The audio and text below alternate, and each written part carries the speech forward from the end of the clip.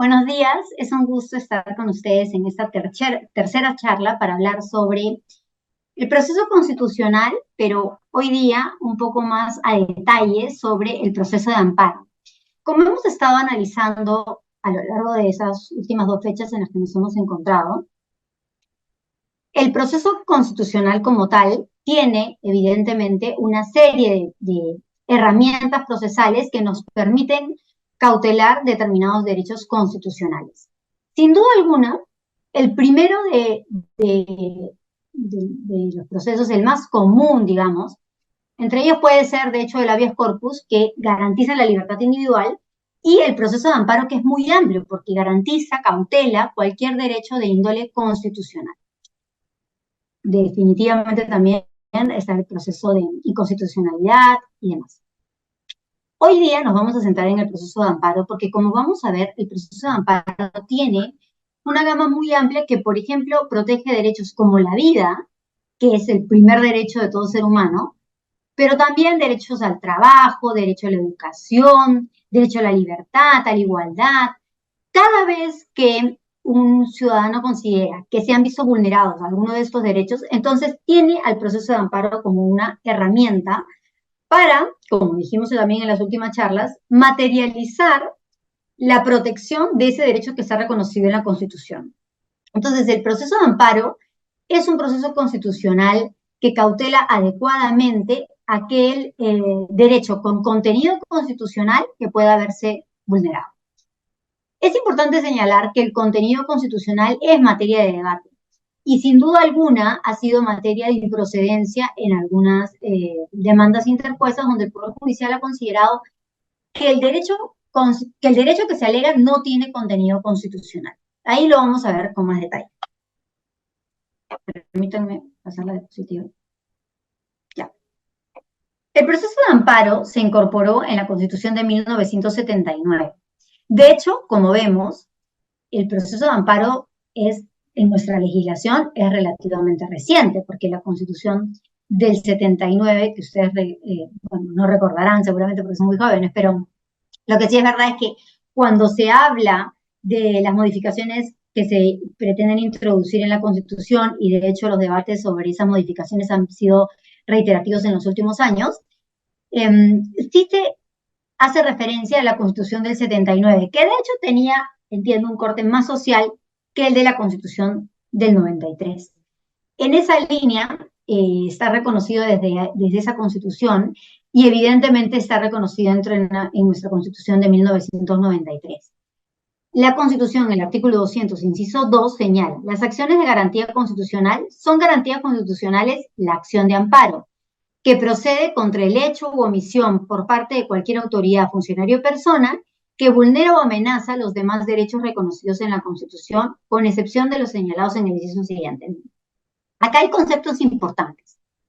Lo primero que debemos decir es que tanto el hecho, o sea, la acción, como la omisión es una vulneración o puede ser una amenaza o una vulneración a un derecho constitucional. Entonces, ese concepto creo que es relevante porque no solamente es una acción la que vulnera un derecho, sino también la omisión la que incluye una vulneración al derecho que se pretende cautelar con el proceso de amparo. Este acto lesivo respecto de los derechos constitucionales puede ser ejecutado a través de una autoridad, funcionario o persona. Es importante porque si vemos, el proceso de amparo tiene, sin duda alguna, un matiz del proceso constitucional desde el lado público como también del privado. Es decir, si una autoridad pública vulnera alguno de los derechos reconocidos en la Constitución, sin duda alguna podrá ser objeto de proceso de amparo para que se cautele o denunciar esa vulneración que se ha materializado. Pero del otro lado también tenemos, sin duda, la parte del del derecho privado que afecta a otro, ¿no? Y por ejemplo, acá podrían estar todos: la igualdad, el derecho de propiedad, a la libertad y demás. La libertad en realidad es del habeas corpus en específico.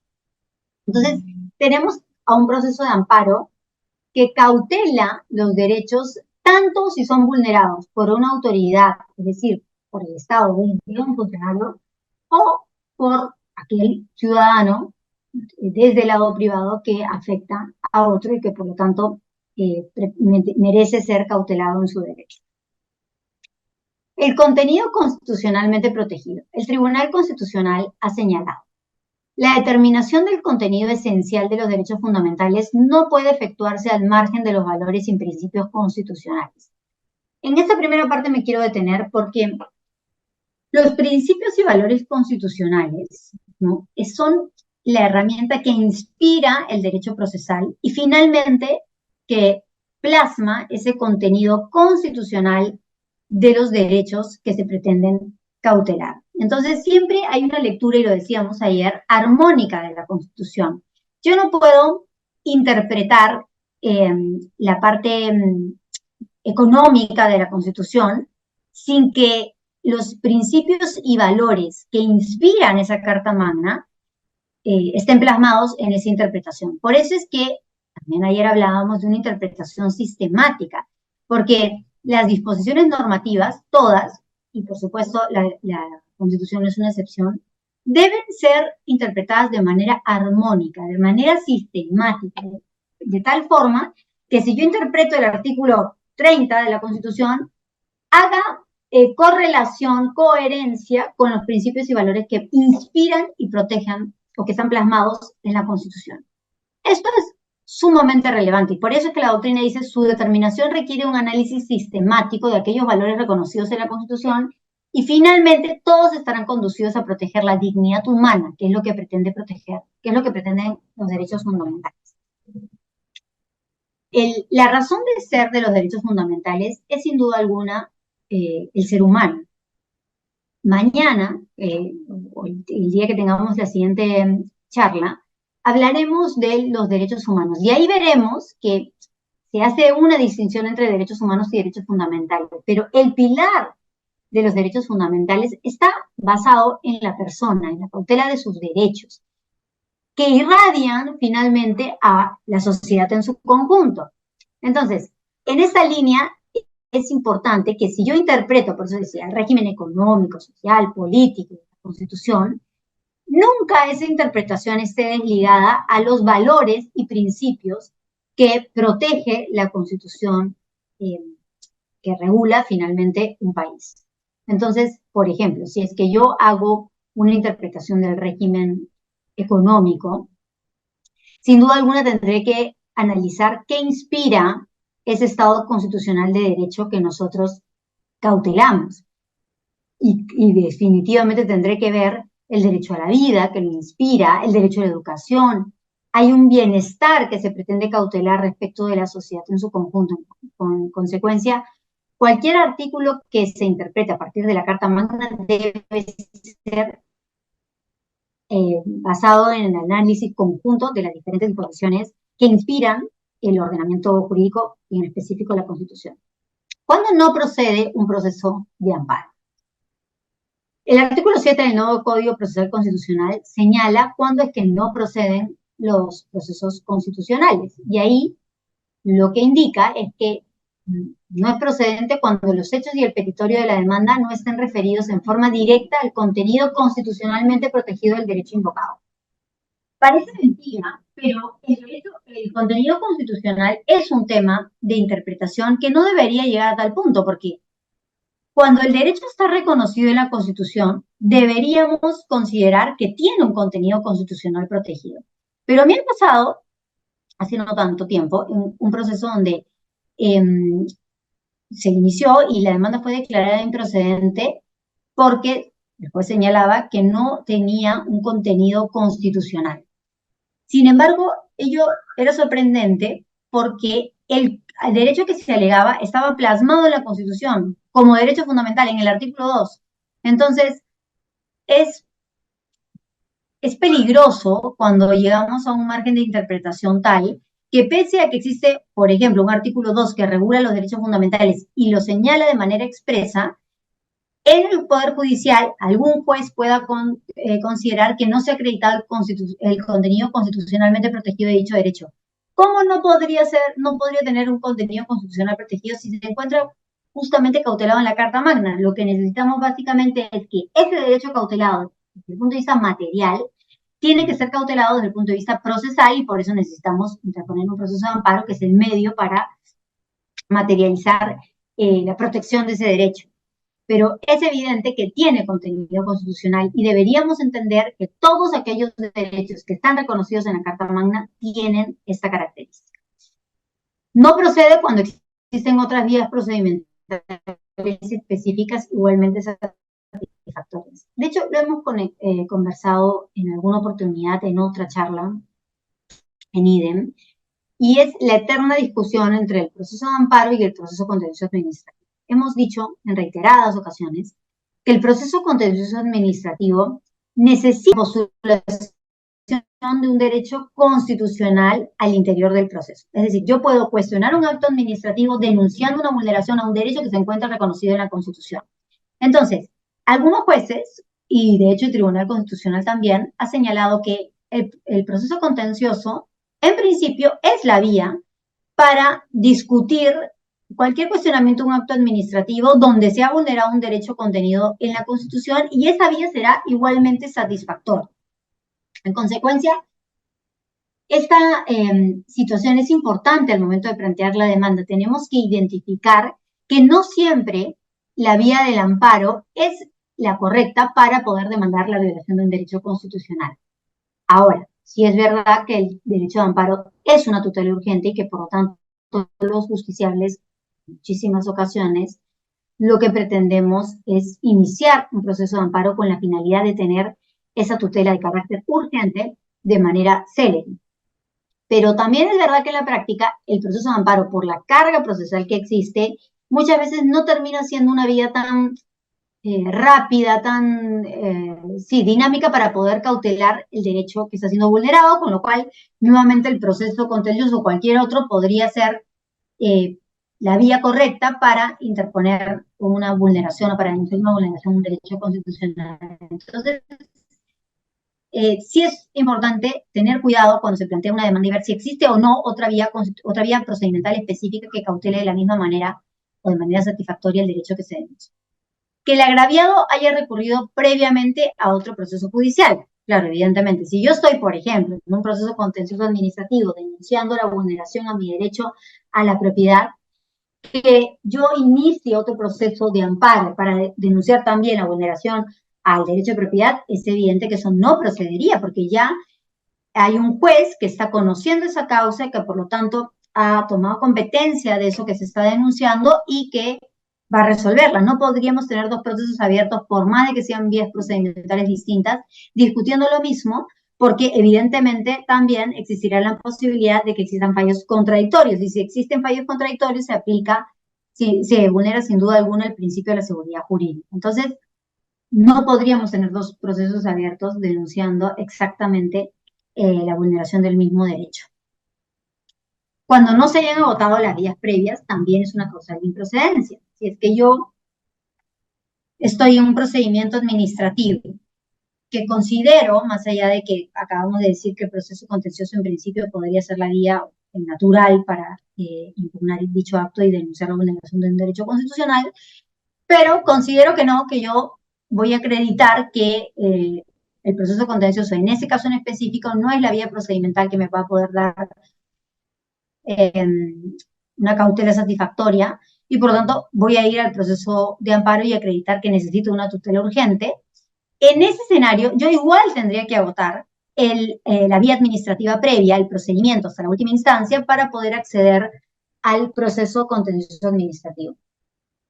Luego, señala que cuando haya litispendencia, la interposición de otro proceso constitucional, que va muy de la mano a aquel que acabamos de analizar respecto de que no podemos estar discutiendo en otra vía procedimental, en el Poder Judicial, un proceso que pretenda cautelar exactamente el mismo derecho.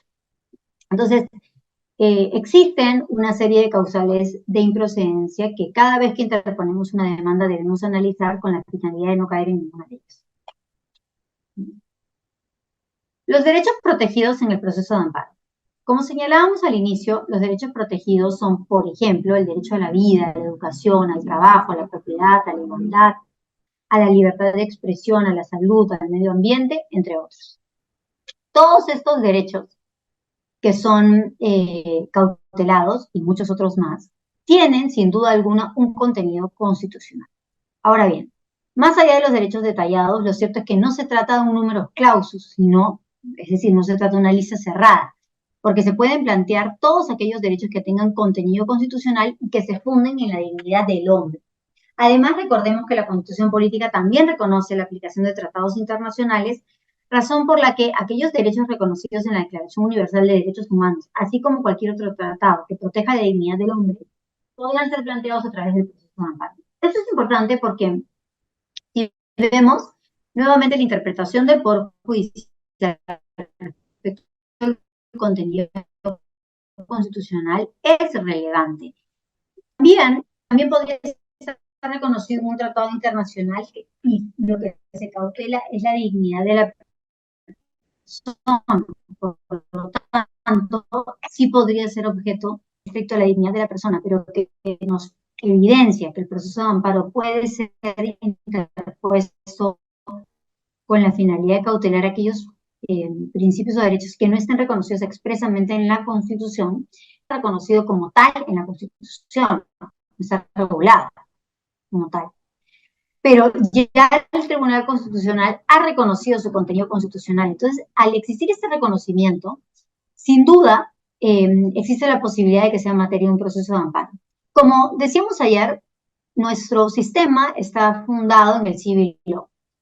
Pero más allá de eso, la evolución de esta especialización, de esta rama, ha generado que podamos identificar que si bien es cierto la ley es nuestro pilar siempre, los pronunciamientos, el precedente, la jurisprudencia constitucional, también son una referencia de aquello que debe ser aplicado en el derecho. Entonces, el Tribunal Constitucional, cuando emite del proceso del principio de interacción de la arbitrariedad, por ejemplo, lo que está diciendo es que ese principio de interacción de la arbitrariedad puede ser objeto sin duda del proceso.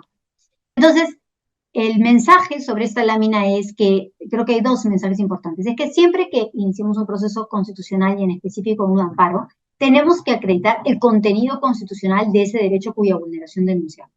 Pero además tenemos que saber que aquel que tenga esa naturaleza, aquel derecho que tenga esa naturaleza, no tiene necesariamente que ser objeto mejor dicho, no tiene que estar necesariamente previsto de manera expresa en la Constitución para que sea protegido. Basta que tenga ese contenido para que pueda ser objeto de protección a través de un proceso de amparo. Sobre los actos lesivos, debemos indicar que el juez constitucional ejerce control sobre una variedad de derechos que pueden ser considerados como actos lesivos, es decir, acciones u omisiones que vulneran o amenazan un derecho fundamental. Y a través de ello se puede iniciar un proceso de amparo a partir de un acto lesivo en concreto, pero también se puede iniciar, por ejemplo, cuando tenemos resoluciones judiciales que vulneran nuestras garantías al debido proceso. Yo inicio un proceso judicial, termino, por ejemplo, en la Corte Suprema, y yo interpongo una demanda de amparo contra resolución judicial porque considero que en ese proceso se vulneraron determinadas garantías procesales. El derecho de defensa, el derecho a la motivación, igualdad de las partes. Entonces, yo inicio otro proceso, que es un amparo contra resolución judicial, para cuestionar esa decisión definitiva emanada del Poder Judicial. Y acá va nuevamente de la mano con lo que conversábamos ayer respecto de que el Poder Judicial y el Tribunal Constitucional tienen siempre podrían tener algunas discrepancias, porque pareciera que termina siendo el Tribunal Constitucional el que puede corregir o mandarle la plana al Poder Judicial. Porque si nos damos cuenta, es lo que pasa en el amparo contra resolución judicial. Asumamos que yo estoy en un proceso que puede durar 5 años, la Corte Suprema emite una decisión y finalmente esta decisión es objeto de un amparo contra resolución judicial que evidentemente será resuelto en última instancia por el Tribunal Constitucional. Si es que el Tribunal Constitucional ampara mi proceso de amparo contra resolución judicial y dice sí, efectivamente en el proceso primigenio se vulneraron tus garantías al debido proceso, lo que va a hacer es retrotraer el primer proceso, el primigenio que fue objeto del amparo contra resolución judicial, para que se vuelva a emitir un pronunciamiento. Es evidente que existe como una suerte de control por parte del Tribunal Constitucional y es por eso que en algunos momentos se dan situaciones un poco tensas entre el Tribunal Constitucional y el Poder Judicial. El amparo contra las resoluciones electorales, como dijimos, las decisiones del Jurado Nacional de Elecciones no son, en principio, objeto de un proceso constitucional. Sin embargo, el Tribunal Constitucional ha señalado que en algunos casos sí podría darse la situación en la que se cuestione una decisión del Jurado Nacional de Elecciones cuando se vulneren derechos fundamentales. Pero más allá de ese procedimiento, la norma, la Constitución, señala expresamente que no procede contra las resoluciones que emite el Jurado Nacional de Elecciones. Sobre la demanda, cuando nosotros presentamos una demanda de amparo, que tiene que ser por escrita, a diferencia, por ejemplo, del informalismo que se da en el habeas corpus, donde dijimos que podía ser incluso presentada de manera verbal. Acá sí se tiene que cumplir con determinadas exigencias formales para que la demanda sea, no sea objeto de inadmisibilidad y por lo tanto no tenga que subsanarse para que sea admitida. La designación del juez ante quien se propone, que será el juez constitucional, y evidentemente tendremos que ver de qué jurisdicción, dependiendo de dónde se encuentre el demandado, el nombre, la identidad y domicilio procesal del demandante, el nombre y domicilio del demandado, la relación numerada de los hechos que se hayan producido o que estén en vías de producirse. ¿Por qué en vías de producirse? Porque, como dijimos, no solamente se puede demandar en el proceso de amparo un acto lesivo que ya se haya producido, o sea, la afectación directa, sino una amenaza que pueda generar también una afectación por el hecho de que termine concretándose esa vulneración. Los derechos que se consideran violados o amenazados, que va de la mano de lo que vamos diciendo en el numeral 4. El petitorio, ¿qué es lo que pretendo? Que se suspenda ese acto, que se cese en esa vulneración, entre otros. La firma del demandado, su representante y la del abogado. Acá sí se exige firma de abogado y por lo tanto también es una diferencia con el habeas corpus, que con la finalidad de cautelar la libertad individual, lo que hace es permitir que el abogado, que no exista abogado que firme el escrito, pero acá no, en el proceso de amparo, no, y de hecho, ¿por qué? Porque, como decimos, el habeas corpus está vinculado a la garantía fundamental de la libertad de la persona. En un caso, la demanda podrá ser rechazada por el personal administrativo del juzgado sala correspondiente, y en los lugares donde predominan el quechua, el aymara y demás lenguas aborígenes, la demanda escrito verbal puede ser interpuesta en esos idiomas, ¿no? La prohibición de rechazo liminar también ha dado mucho que hablar, porque esta prohibición de rechazo liminar se introduce en el nuevo Código Procesal Constitucional, que no tiene tanto tiempo de haber sido expedido, y lo que busca en primer término es que, como lo que se está cautelando son derechos fundamentales, lo que se quiere es que el demandado tenga por lo menos la posibilidad de discutir esos derechos. Entonces, lo que se plantea en primer término es que esta demanda no sea rechazada, que yo pueda plantear la vulneración a mis derechos fundamentales, que pase el primer filtro de procedencia, que se conteste esa demanda y recién en la audiencia el juez sí podría advertir que existe algún defecto que haga que la demanda sea declarada improcedente en ese momento, pero permite el primer debate. Entonces, la improcedencia liminar, que se ha dado por muchos años, es que yo presento mi demanda y de manera inmediata, en el primer acto, el juez declara improcedente la demanda. Más allá de que existe esta prohibición de rechazo liminar, los jueces constitucionales, y he tenido un caso en ese sentido, por ejemplo, declaró la improcedencia liminar de la demanda y nosotros impugnamos y dijimos, mira, el código ya no, mejor dicho, declaró inadmisible la demanda y en la inadmisibilidad dijo que si no cumplíamos con subsanar correctamente, entonces se iba a rechazar la demanda, ¿no? Lo que nosotros le dijimos al momento de subsanar es, no se puede rechazar de manera liminar la demanda, porque existe una previsión expresa en el nuevo Código Procesal Constitucional, pero el juzgado consideró que esta previsión expresa tiene un condicionamiento y es que el proceso esté vinculado a un derecho con contenido constitucional, que si ello no está acreditado, entonces esta improcedencia liminar no funciona. En realidad, esa restricción, esa interpretación de la norma no se desprende para nada del artículo 6, porque el artículo 6 claramente dice no, no hay improcedencia liminar. Por lo tanto, eso se verá en audiencia, pero no en la primera parte del proceso.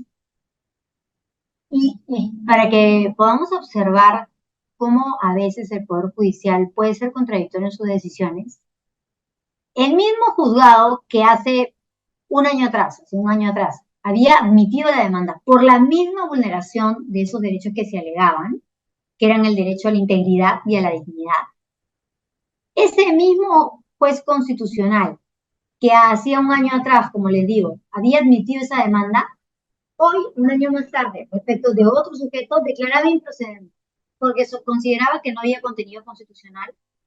Entonces, es contradictorio porque en un mismo juzgado tienes pronunciamientos que evidentemente no se condicen respecto a derechos exactamente iguales, donde en el primer caso considera que sí tienen contenido constitucional, pero un año más tarde considera que no, pese a que están reconocidos en la Constitución, y en el primer caso admite a trámite la demanda, pero en el segundo caso la rechaza, considerando que existe esta falta de contenido. Entonces, es importante, y lo decíamos ayer también, intentar uniformizar determinados procedimientos cuando existan situaciones homogéneas, porque eso nos brinda predictibilidad en el sistema y seguridad jurídica.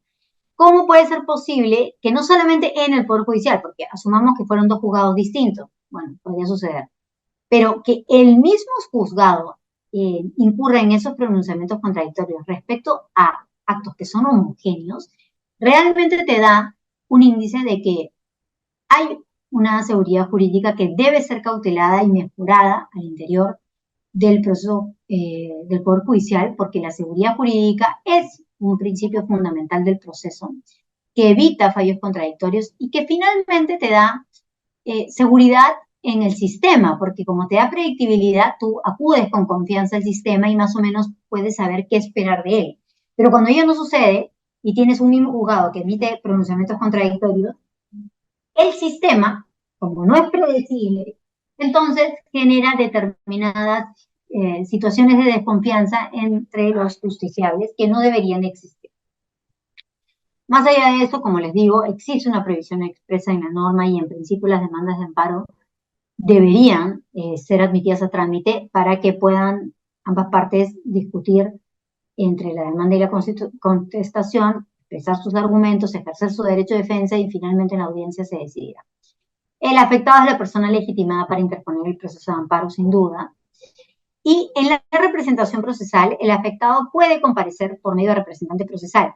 No es necesario que el poder esté inscrito, lo que no sucede cuando se trata de personas no residentes en el país. La demanda debe ser formulada por un representante acreditado y ahí sí la representación, en principio, lo más seguro es, para acreditar esa representación es la inscripción del poder, pero sí es suficiente el poder fuera de registro otorgado ante un cónsul en el Perú, en la ciudad extranjera que corresponda, y este documento deberá estar debidamente apostillado. La Defensoría del Pueblo puede interponer demanda de amparo en ejercicio de sus competencias constitucionales.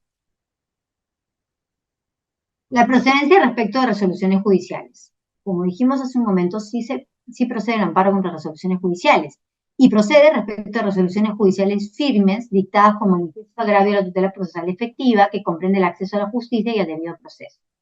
Es improcedente cuando el agraviado dejó de consentir la resolución que dice afectar. A ver, en principio podemos, como digo, si una resolución judicial firme es aquella, por ejemplo, emitida por la Corte Suprema, ¿no? La Corte Suprema resuelve en definitiva un proceso y yo puedo interponer un amparo contra resolución judicial cuando se considere que se han violado mis derechos a la tutela procesal efectiva. Y de manera manifiesta se vulnerarán mis derechos a la tutela procesal efectiva cuando no se cumpla con las garantías procesales, como el derecho de la defensa, el derecho de igualdad de las partes, el derecho a la motivación, entre otros. Ahora bien, si es que yo, por ejemplo, no sé, se emite la sentencia y yo dejo pasar el plazo legal para interponer la demanda, que son 30 días, sin duda alguna voy a haber consentido esa decisión que se emitió en ese proceso judicial a través de la Corte Suprema y por lo tanto yo ya no tendré legitimidad para interponer un amparo contra resolución judicial. Yo ya no puedo señalar que esa decisión me afecta, porque lo cierto es que le ha dejado consentir. Entonces, es evidente que hay que cumplir con el plazo, de lo contrario yo no podría interponer un amparo contra la resolución judicial. Se entiende por tutela procesal efectiva aquella situación jurídica que de una persona a la que no se respetan, en principio, sus derechos a libre acceso al órgano jurisdiccional, a probar, a la defensa, al contradictorio, a la igualdad, a no ser desviado de la jurisdicción predeterminada, ni sometido a procedimientos distintos a los previstos en la ley, a la obtención de una resolución fundada en derecho, que no es otra cosa que una decisión motivada, a acceder a los medios impugnatorios, a revivir procesos fenecidos, entre otros. Todas estas disposiciones que he señalado brevemente, si nos damos cuenta, están vinculados a las garantías procesales, es decir, es mi derecho al debido proceso. Si yo en el proceso no he tenido la posibilidad de impugnar, ¿no?, de presentar un recurso de apelación por alguna razón, es evidente que se ha vulnerado mi derecho al debido proceso, por lo tanto mi tutela procesal efectiva, y en consecuencia yo podré denunciar eso en un amparo contra resolución judicial. Si es que yo no tuve la posibilidad de probar, porque se rechazaron mis medios de prueba sin fundamentar esa decisión, si es que en ese proceso, por ejemplo, si había etapa probatoria y no se actuaron los medios de prueba, se ha vulnerado mi derecho a probar. Toda esa vulneración al derecho al debido proceso puede ser objeto, sin problema alguno, de un amparo contra resolución judicial.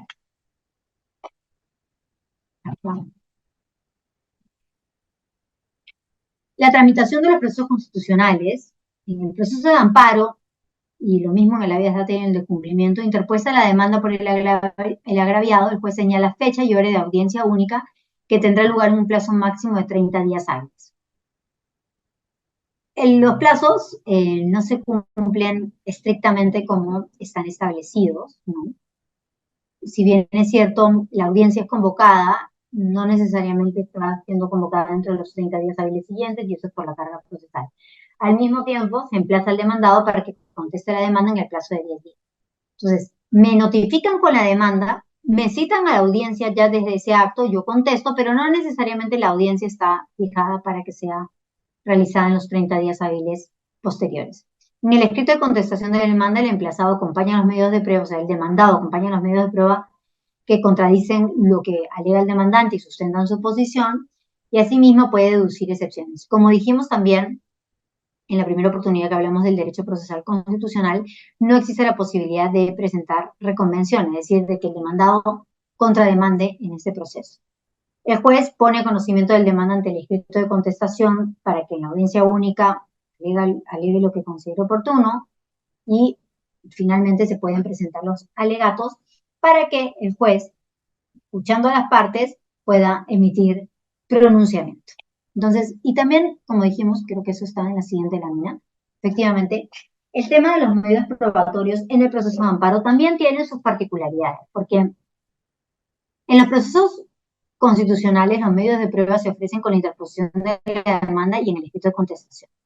Solo son procedentes aquellos que no requieren actuación, lo que no impide la realización de la actuación de las pruebas que el juez considere indispensables sin afectar la duración del proceso.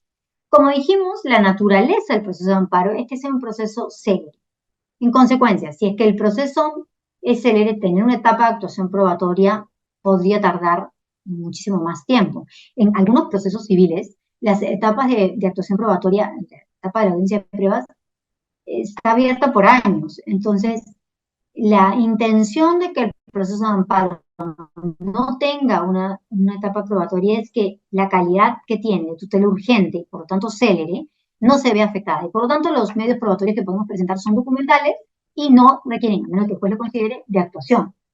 Sin embargo, sí es importante señalar que tanto el demandante como el demandado tendrán que presentar una serie de medios probatorios para probar su posición.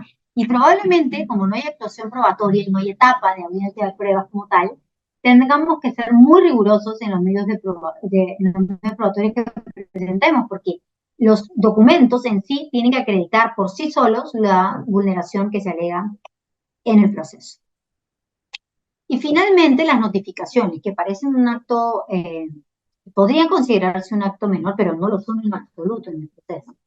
Todas las resoluciones, según el nuevo Código Procesal Constitucional, se notifican por casilla electrónica. Si por alguna circunstancia razonable el demandante no le es posible fijar una casilla electrónica, podrá optar por medios telemáticos o si prefiere se le notificará su dirección domiciliaria. Entonces, la evolución de la tecnología ha hecho que la regla sea la casilla electrónica, la excepción la casilla física, lo cual es sumamente positivo porque agiliza el proceso, porque las notificaciones no demoran tanto tiempo como cuando son físicas, y porque evidentemente al ser medios electrónicos todo está digitalizado. Entonces, es sumamente positivo y sin duda a raíz de la pandemia esto se ha incrementado con muchísima mayor presencia, ¿no? Uno antes tenía que esperar a que nos le notifiquen la sentencia y la sentencia podría demorarse, en algunos casos de verdad, 2, 3 meses en ser notificada la casilla física.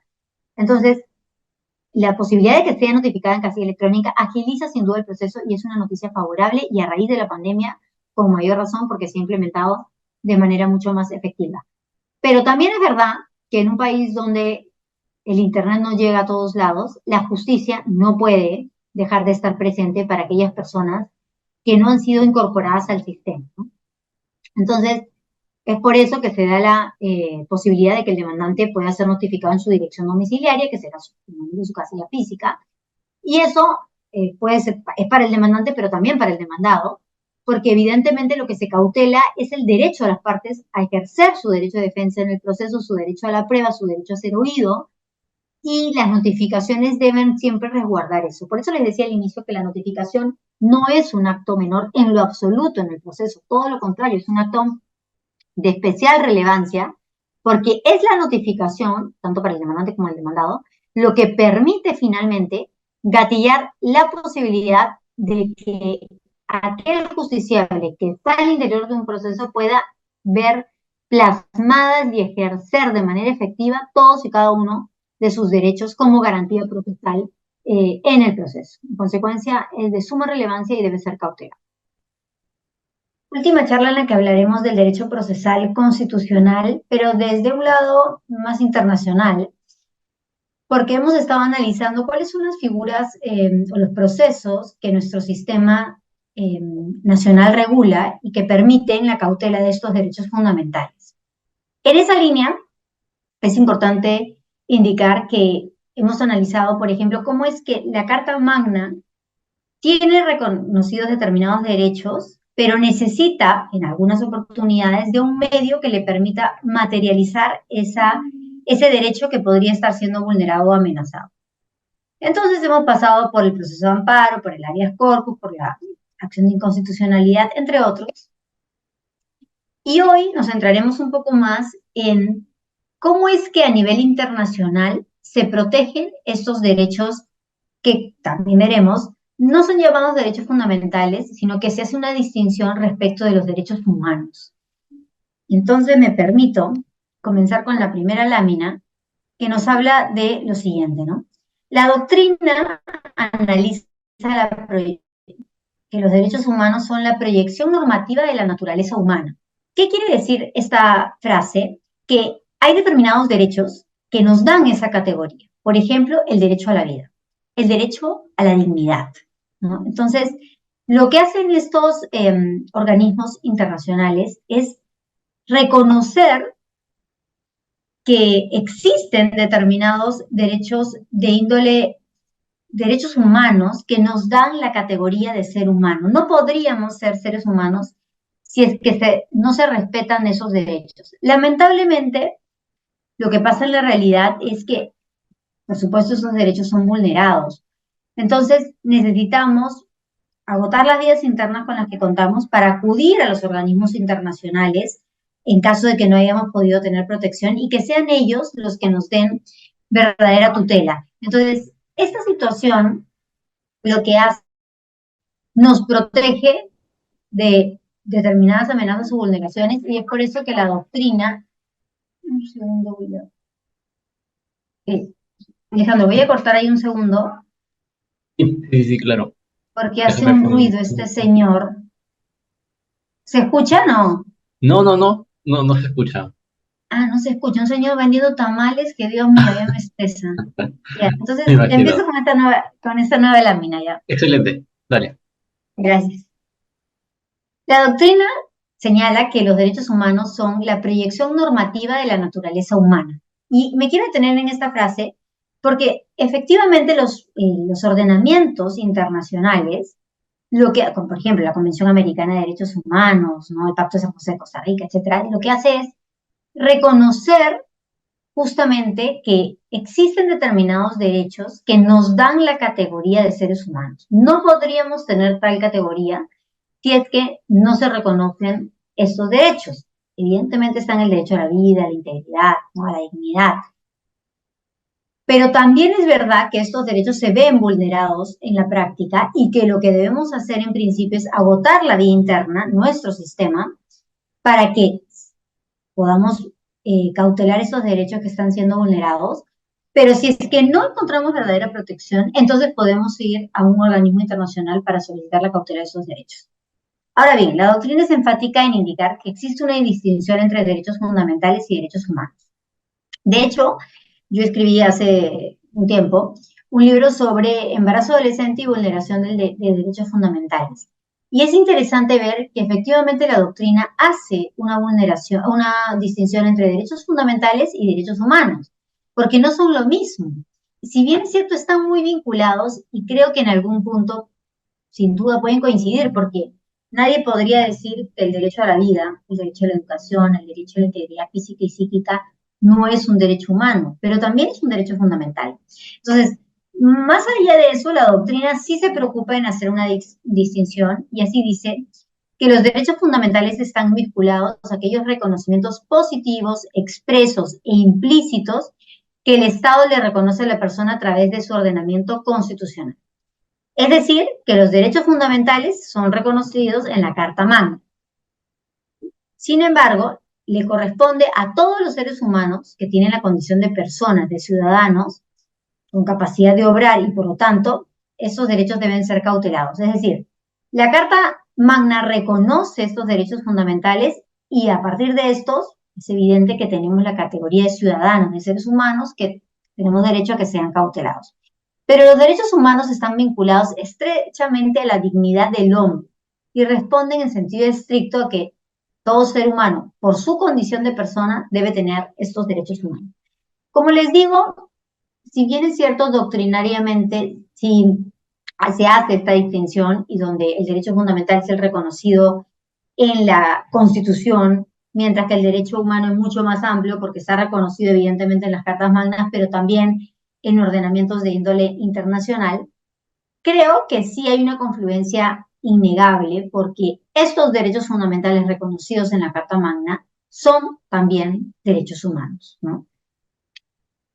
La dignidad está vinculada de manera estrecha a la realización del derecho a la libertad e igualdad, con principios que condicionan y están presentes a nivel nacional e internacional. Esto es indudable porque nadie podría decir que si no eres libre, que si no puedes estudiar, si no tienes derecho a trabajar, por ejemplo, ¿no? Si no tienes derecho a la vida por distintas razones, ¿no? Si no tienes derecho a la salud. Y derecho a la vida, por ejemplo, para darles un ejemplo más concreto, sí les diría que en el embarazo adolescente existe una evidencia de que tu derecho a la vida está siendo vulnerado, porque está siendo amenazado. Cuando una niña queda embarazada, su cuerpo no está preparado y evidentemente ve amenazado su derecho a la vida. Entonces, ese es un ejemplo de cómo es que el derecho a la vida como tal sí puede también ser parte de esta coacción a la libertad e igualdad, que es lo que protege eh, evidentemente cualquier derecho humano. ¿Y por qué hay una relación estrecha? Por una sencilla razón, es que si yo no tengo la libertad de poder escoger a qué hospital quiero ir porque tengo determinadas limitaciones, porque yo nunca podría pagar una clínica, porque yo tengo que esperar al hospital para que me atienda de 3 a 4 meses o lo que fuera, dependiendo de cuál sea su carga. Si es que yo no tengo derecho a estudiar porque no tengo recursos, si es que yo he sido violada, si es que yo he sido afectada en mi dignidad, ¿no? etcétera, etcétera, etcétera, si es que he sufrido de afectaciones psicológicas, producto de un maltrato psicológico, lo que fuera, todos estos derechos, y estamos hablando del derecho a la vida, al trabajo, a la salud, a la integridad física y psíquica, si se dan cuenta que están reconocidos en la Constitución, están estrechamente vinculados a la libertad e igualdad que debe existir en todo ser humano. Por esa razón es que el derecho internacional señala que la dignidad humana está vinculada estrechamente a la libertad y la igualdad. Porque cuando se ven vulnerados todos estos otros derechos que les he mencionado, sin duda alguna se ve cooptada la libertad e igualdad de los seres humanos. No son iguales estos dos seres humanos, que uno tiene derecho a estudiar y el otro no, no tiene derecho a trabajar y el otro no. Entonces, sí hay una vinculación estrecha. Existe una relación entre los derechos humanos y su protección internacional, y así el derecho constitucional aborda el estudio de derechos fundamentales y los derechos humanos son materia del derecho internacional, lo que decíamos hace un momento. Ahora bien, hay una clara vulneración entre el derecho internacional, el derecho constitucional y el derecho procesal, y ello lo ha generado hoy en día a través del proceso transnacional. Nosotros dijimos en estas últimas charlas que necesitábamos materializar ante una vulneración o amenaza el medio para cautelar ese derecho reconocido en la Constitución, que es el derecho material, que es el derecho constitucional reconocido, y necesitábamos del proceso. Lo mismo sucede acá. Cuando un derecho catalogado como derecho humano que está protegido por el ordenamiento internacional es vulnerado, necesita de un mecanismo, y ese es el proceso transnacional. El mecanismo de tutela de derechos humanos lo encontramos en el llamado Sistema Interamericano de Derechos Humanos, y es muestra de los mecanismos previstos en la Carta de Organización de Estados Americanos, en la Carta de la OEA, así como la Convención Americana de Derechos Humanos, la misma que sin duda también refiere a un conjunto de tratados internacionales que resguardan, consolidan el resguardo que debe existir a estos derechos en la región. Podemos encontrar la Carta de la OEA de 1948, la Declaración Americana de Derechos y Deberes de 1948 también, la Comisión Interamericana de Derechos Humanos de 1957, que tiene facultades para investigar y producir informes sobre los países integrantes de la OEA, y asimismo tenemos la Convención Americana de Derechos Humanos de 1969. En este punto es relevante señalar que la Carta Democrática Interamericana del 11 de septiembre de 2001, en ella se reconoce y se reafirma que la democracia es la forma de gobierno compartida por los pueblos americanos y se constituye como un compromiso colectivo de mantener y fortalecer el sistema democrático. ¿Por qué es que la Carta Democrática Interamericana analiza finalmente, en un documento vinculado a derechos humanos, cuál es la razón por la que un sistema político tiene que ver con una materia como esta? Y sin duda alguna tiene que ver porque la característica principal de un sistema democrático debe ser el respeto irrestricto a los derechos humanos. Es por esa razón que en esta Carta Democrática lo que se promueve es la democracia en las formas de gobierno dentro de los países de la región, porque si es que nosotros tenemos un país verdaderamente democrático, vamos a poder ver concretados cada uno de esos derechos humanos que se pretenden cautelar. Se reafirma así que solo en democracia es posible satisfacer todos los derechos humanos. Por ejemplo, la Convención Americana de Derechos Humanos protege el derecho a la vida, a la integridad corporal, a la prohibición de la esclavitud, el derecho a la libertad personal, la protección y la honra de la honra y la dignidad, la libertad de pensamiento y reunión, el derecho de propiedad, entre otros. La Comisión Interamericana de Derechos Humanos fue creada en Chile en 1969 con la finalidad de establecer un régimen jurídico de protección de los derechos humanos de la región. Desde que se instaló, la comisión recibió un gran número de denuncias contra los estados por diversas denuncias a violaciones de derechos humanos. La comisión está integrada por 7 miembros que tienen, para hacerlo, tienen que tener alta autoridad moral y conocimiento de los derechos humanos.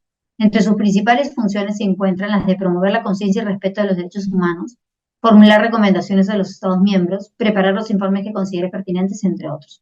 De hecho, en los últimos tiempos, el año pasado, han existido pronunciamientos de la Comisión donde se hace un llamado de atención al Estado peruano respecto a determinadas vulneraciones en casos de niñas que han sido violadas y que han quedado embarazadas a temprana edad.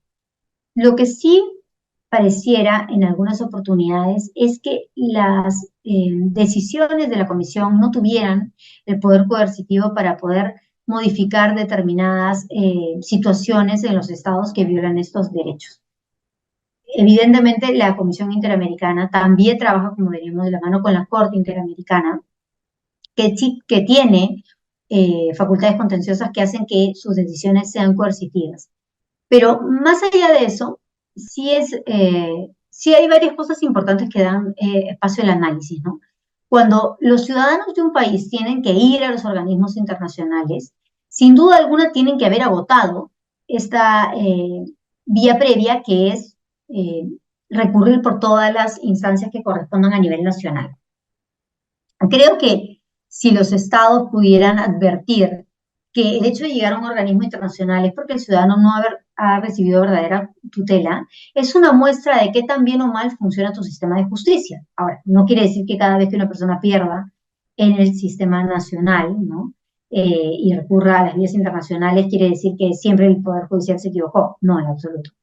Pero sí creo que la data es importante para ver qué tan bien o mal estamos. Entonces, si nosotros analizáramos cuántas veces en vulneraciones de derechos humanos se tiene que acudir a un organismo internacional para gozar de verdadera protección, sí nos podría dar una respuesta, ese número, de cómo es que nuestro sistema de justicia está administrando justamente eso, la justicia. ¿Qué también lo hace? ¿Qué también está cautelando derechos fundamentales como seres humanos? Porque en un proceso interno podríamos discutir sobre muchas cosas, derechos civiles, ¿no? Muchísimas. Pero lo que sí, donde no debería haber mayor discusión es que en situaciones donde está acreditada la vulneración de un derecho fundamental, reconocido en la Carta Magna, yo no tendría que tener necesidad de ir a un organismo internacional para proteger o cautelar ese derecho si es que tengo verdadera protección en las instancias internas. Entonces creo que ahí hay una tarea que nos permite advertir ese sistema internacional que existe y que a veces tiene sentencias o pronunciamientos que no son realmente cumplidos, ¿no? Y sale últimamente en los periódicos noticias donde dicen, mira, la comisión, la corte le jaló las orejas al Estado peruano porque se han dado estas determinadas vulneraciones a derechos humanos, pero se siguen repitiendo.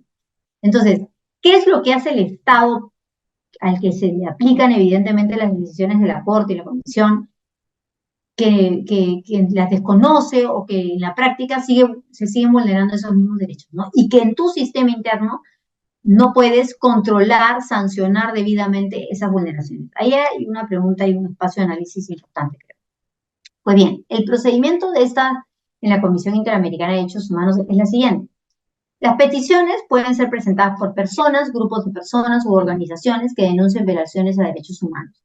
La petición debe ser presentada por escrito, conteniendo los datos del demandante y deberán indicarse los fundamentos de hecho, indicar las autoridades que han tomado conocimiento de la situación, individualizar el estado responsable de dicha violación que se denuncia. Acreditar el agotamiento de los recursos internos, que es lo que decíamos, ¿no? Definitivamente tenemos que acreditar que hemos transcurrido por todo el proceso hasta llegar a la última instancia y que en principio no hemos recibido determinada cautela.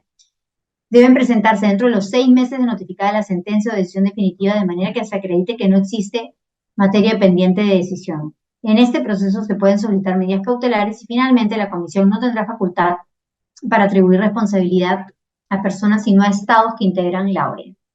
Esto es importante porque hay un plazo para interponerlo. No es que resolvió el Poder Judicial en última instancia, resolvió la Corte Suprema, por ejemplo, y yo considero que se ha violado igual mi derecho. Tengo 6 meses para acudir a la comisión y denunciar esa vulneración. Hay un plazo prescriptorio que hace que yo no pueda indefinidamente demandar esa violación. Evidentemente acá están vinculado a la cosa juzgada, seguridad jurídica y principios que hemos analizado en estos días, porque si no estarían abiertas las causas eternamente, ¿no? Ahora, también es verdad que en la oportunidad en la que he tenido de acudir a la Corte en un proceso para pedir tutela, la comisión, en realidad más que la Corte, y lo veremos más adelante, no siempre te responde respecto a la solicitud presentada y podrían pasar muchos meses hasta que verdaderamente se responda a tu causa, ¿no? Entonces, por eso nuevamente volvemos al ejercicio de qué tan importante es que a nivel nacional se cautelen los derechos de los ciudadanos, porque si ya el ciudadano transcurre un proceso tan largo como el del Poder Judicial, cualquiera de las vías constitucionales que podamos entablar, imagínense pues ir ahora a un organismo internacional para nuevamente estar en una serie de meses o de años inmersos en ese proceso. Las organizaciones, las ONG de hecho, tienen esa posibilidad de acudir, pero aquel ciudadano a pie que una ONG no tome su caso, por ejemplo, ¿cómo podría acudir hasta la comisión? Entonces, nuevamente la reflexión debe ser que sí es necesario revisar nuestro sistema interno, porque los ciudadanos tienen derecho a que sus eh, derechos se vean realmente cautelados, valga la redundancia. Y entonces, acudir a la comisión o a la corte tiene, sin duda alguna, una asesoría jurídica que muchos no están en posibilidad de pagar y otros necesitan de una ONG que no siempre considera que tu caso es relevante para poder ir a la comisión, con lo cual nuevamente el ciudadano sí podría verse sin ese acceso a la justicia que es fundamental, ¿no? Entonces, más allá de eso, cualquier decisión a nivel interna tiene 6 meses después de haber sido expedida para ser cuestionada en la Comisión Interamericana de Derechos Humanos. La comisión, el trámite, una vez que yo ya presenté mi petición, el trámite es que la comisión revisará si se cumplen con los requisitos de forma y de fondo. Y si es así, correrá traslado al Estado solicitando que se reporte sobre los hechos denunciados sin que hasta el momento se haya pronunciado sobre la admisión. Efectivamente, tú presentas y la comisión no te dice, como sucede con cualquier demanda, admitida a trámite. No, puede haber un absoluto silencio hasta que tú te enteras que evidentemente le ha notificado a la otra parte y a partir de ese momento consideras que tu petición ha sido admitida a trámite. El Estado deberá atender el requerimiento en un plazo de 90 días. Esta respuesta es trasladada a los peticionarios para que formulen sus observaciones y en ocasiones no se obtiene una respuesta respecto de la admisión de la solicitud. Sin embargo, como les digo, este hecho que genera ya el trámite te hace entender que esto ha sido aceptado. Aceptado a trámite, ¿no? Que se va a dar inicio a todo. En primer término, la comisión propone la adopción de acuerdos para ello se establece una etapa de conciliación y excepcionalmente cuando el caso no lo merita o por las razones específicas, ¿no? Porque no se da espacio para esa negociación, la comisión excepcionalmente puede considerar que no debe darse esa audiencia de conciliación. Asumiendo que no se lleguen a determinados acuerdos, la comisión emite un informe narrando los hechos y estableciendo una serie de recomendaciones que el Estado debe cumplir en el plazo que la misma comisión fija. Si es que el Estado no cumple, se puede remitir la causa a la Corte. La comisión puede adoptar medidas cautelares en los casos urgentes para evitar daños irreparables a las personas, pero sí debe acreditarse, como en todas las medidas cautelares, que la situación es grave y que efectivamente el daño es irreparable, pero porque está vinculado a la vida o a la integridad de las personas. En este caso, como vemos, la posibilidad de obtener una medida cautelar es mucho más compleja, porque en cualquier medida cautelar uno tiene que acreditar que es urgente, no que hay peligro en la demora, y que si no se concede se va a generar un perjuicio irreparable. Pero sí es importante que en este caso de la Corte la situación es absolutamente excepcional, porque lo que tienes que acreditar es que el perjuicio irreparable está vinculado a la vida o a la integridad de la persona. Entonces, que se conceda la medida cautelar, de hecho, pasa por un filtro muy exigente para que la misma pueda ser concedida. Ahora bien, el agotamiento de las vías internas es un requisito para iniciar el proceso, como hablamos efectivamente. O sea, no puedo ir a la corte si es que yo no he pasado por todas las etapas del proceso en el país, en este caso en el Perú. La decisión de la comisión puede suceder que la comisión considere que no existen motivos para que prospere la denuncia contra el Estado y por ello dispone el archivo de las actuaciones. El archivo del caso es una potestad de la comisión, ni el desistimiento de la víctima de los representantes genera que la comisión archive una denuncia. Entonces, queda claro que una vez que yo acudo a la comisión, así yo me desista, la comisión va a seguir investigando, porque solamente archivará la denuncia si considera que no existen elementos, pero de lo contrario, así me desista como víctima, la comisión continuará. La Corte Interamericana de Derechos Humanos se estableció de manera formal en 1979. Tiene sede en San José de Costa Rica, está integrada por 7 jueces nacionales de los Estados miembros de la OEA y funciona conforme a su estatuto. Los jueces son elegidos en base a su alta competencia moral y su trayectoria en el ejercicio del campo de los derechos humanos, igual en realidad que los de la Comisión. Se les elige por votación secreta y por mayoría absoluta durante la Asamblea General de la OEA. El mandato es de 6 años y solo pueden ser reelectos por otro periodo de igual término. El presidente y el vicepresidente son elegidos por los propios jueces por un periodo de 2 años y pueden ser reelegidos también. Ese sistema me parece súper interesante porque si bien es cierto, es un órgano colegiado que tiene 7 miembros, no es que los 7 estén en la misma posición de presidente y vicepresidente durante los 6 años que son elegidos, sino que ese periodo para el presidente y el vicepresidente va a variar. Y eso es positivo porque quiere decir que todos, que seguramente anhelan ser presidentes de la Corte, tienen que tener determinados estándares y que generar una suerte de respeto con los demás jueces, ¿no? Porque son ellos los que van a votar por sus mismos miembros. Entonces, me parece súper interesante la forma que tienen de elegir a su presidente y al vicepresidente. Las funciones de la Corte están vinculadas a aquellas contenciosas y consultivas, pudiendo dictar medidas provisionales conforme a su reglamento. La función contenciosa está vinculada a determinar si un Estado ha incurrido en responsabilidad internacional por violación de algún derecho reconocido por la Corte, la Comisión Americana de Derechos Humanos o de cualquier tratado aplicable al sistema interamericano. Las etapas de esa fase, es decir, de la fase contenciosa, son el sometimiento del caso a la comisión. Entonces, la comisión dice, este caso debe ser conocido por la Corte y, por lo tanto, la Corte le da la oportunidad a aquel que que es víctima o que denuncia ser víctima de la violación de un derecho, de la presentación del escrito, de sus argumentos y sus pruebas, para que sean trasladadas al Estado que está siendo denunciado y el Estado conteste. Existe una etapa oral y de audiencia pública, ¿no? Donde cada uno va a expresar sus argumentos, y luego una etapa, terminada esa audiencia, de alegatos escritos. Existen una etapa de estudios y la emisión de la sentencia.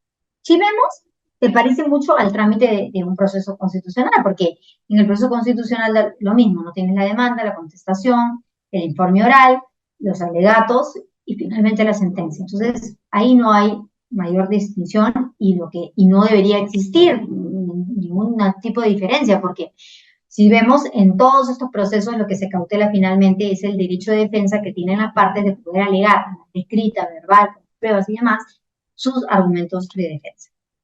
La segunda fase está vinculada a aquella supervisión de cumplimiento de la sentencia. Tiene por objetivo que las reparaciones ordenadas por el tribunal efectivamente se cumplan. Sobre la función consultiva, la Corte puede emitir resoluciones que tienen efecto sobre las partes, como también opiniones consultivas que están reguladas en el Pacto de San José, en el reglamento y en el estatuto, y tienen por objeto coadyuvar el cumplimiento de las obligaciones internacionales de los Estados. Sin duda, a diferencia de la función contenciosa, esta función consultiva no es coercible, y aunque en algunos países en la práctica, más allá de que no tenga ese poder de coercibilidad, sí es verdad que la cumplen, ¿no? Por más que dichas opiniones no son obligatorias en sentido estricto, es decir, la facultad consultiva, ¿no? Ya, lo que sí es verdad es que tienen una fuerza moral y científica de la Corte, ¿no? Los estados que son miembros respetan a la Corte Interamericana y más allá de que su poder de coerción, en este caso específico de la función consultiva, no sea tal, los estados sí respetan los pronunciamientos de la Corte. La fase contenciosa comienza con el sometimiento del caso a la Corte por parte de la Comisión. La Presidencia evalúa los requisitos básicos para admitir ese pedido y la Secretaría notifica al Estado demandado y a la presunta víctima de que, oye, la Corte está conociendo tu caso a raíz del pedido de la Comisión. Esta o sus representantes, es decir, la víctima o los representantes de ella, disponen de 2 meses para presentar nuevamente ante la Corte de forma autónoma su solicitud con sus argumentos y sus pruebas, y el Estado nuevamente tiene 2 meses para contestar. Luego de esa etapa escrita se convoca una audiencia para que puedan expresar sus argumentos de defensa en forma oral ante la Corte, ambas partes, y concluida la audiencia, las partes pueden emitir sus alegatos y el proceso quedará expedito para ser sentenciado. Las sentencias ordenan medidas tales como reparaciones y consisten en reparar las violaciones en las que habría incurrido el Estado. No se trata de una reparación como tal, en sentido estricto, porque lo cierto es que ya se han producido determinadas vulneraciones que son irreparables. Pero lo que se pretende con estas sentencias de la Corte es que no vuelvan a ocurrir situaciones como las que han sido objeto de denuncia. Espero que haya sido de utilidad.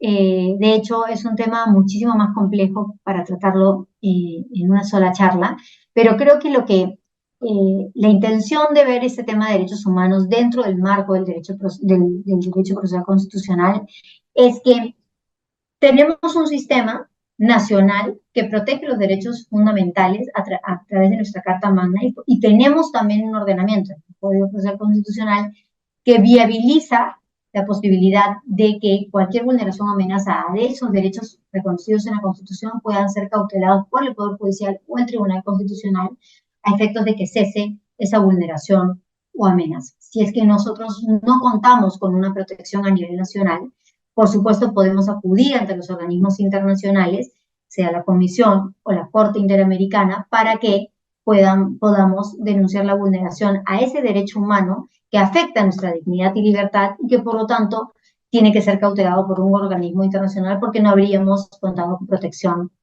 a nivel nacional. Muchas gracias, es un placer siempre estar con ustedes.